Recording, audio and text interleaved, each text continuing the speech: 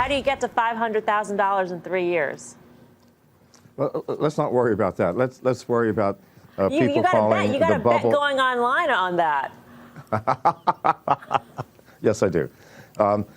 People are calling Bitcoin a bubble that's bursting. Now, keep in mind that 2 months ago, Bitcoin was at $2,900, and people were saying it's never going to hit 3. Well, it hit 4 and it hit 5. If you look at the long-term trend of Bitcoin, it has been consistently up. I mean, who cares that it dropped $1,000 from $5,000 after it went from the $2,900 to $5,000 in 2 months? It's still ahead from what it was 2 months ago. You know, my company is one of the largest miners in America, and one of the nice things about mining is it doesn't matter what the price of Bitcoin is. We still make money. As the price goes down, there are fewer competitors for mining, and the difficulty rate decreases, and we simply mine more coins. So I know as well as anybody what the price of Bitcoin is, and it is consistently increasing. I understand. You're going, oh, wow, the bubble's burst. Go ahead. You know, Jamie Dimon was very clear yesterday that he's a big fan of the blockchain technology, and most people actually who even, you know, call Bitcoin overvalued or what have you, they are believers as well in the blockchain technology. These are two separate issues. So why is that Bitcoin necessarily has to rise to these heights because you're a believer in blockchain? As you do, as you believe. Well, no, I don't think that the Bitcoin rise has anything to do with the belief in the blockchain. Okay. It simply has to do with the belief in cryptocurrencies. I mean, once you start using cryptocurrencies, whether it's Bitcoin or Monero or Litecoin, it doesn't really matter.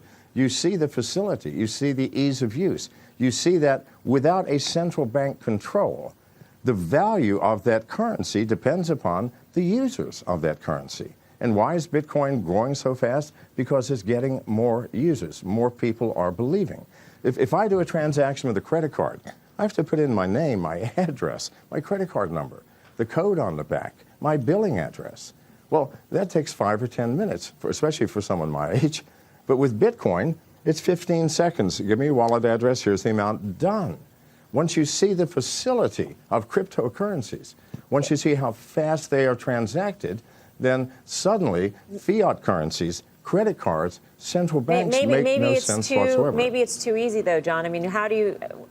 I'm sure the government would like to track where this Bitcoin is going, and they would love to tax people on this. And so if you use Bitcoin, you may not have that sort of paper trail, so to speak, as to where people are making revenues or earning money. So are you concerned that government intervention in some way could actually slow this down?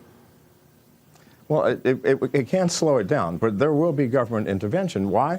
Because as people start using more and more cryptocurrencies, things like Monero, which cannot be tracked at all, when they start using these things, suddenly governments are going to start losing income tax revenues. And they're going to panic, and they're going to say, this is against the law. But how do you stop something that cannot be stopped? I mean, this is not something unique to America where you can just shut it down. I mean, I can use the Tor browser or the Onion browser and access Bitcoin wallets all over the world, and no one will ever know. The government does not have enough enforcement personnel to ever stop Bitcoin, Monero, Litecoin, and all of the others. So they're going to have to face reality, find some other way to raise revenues.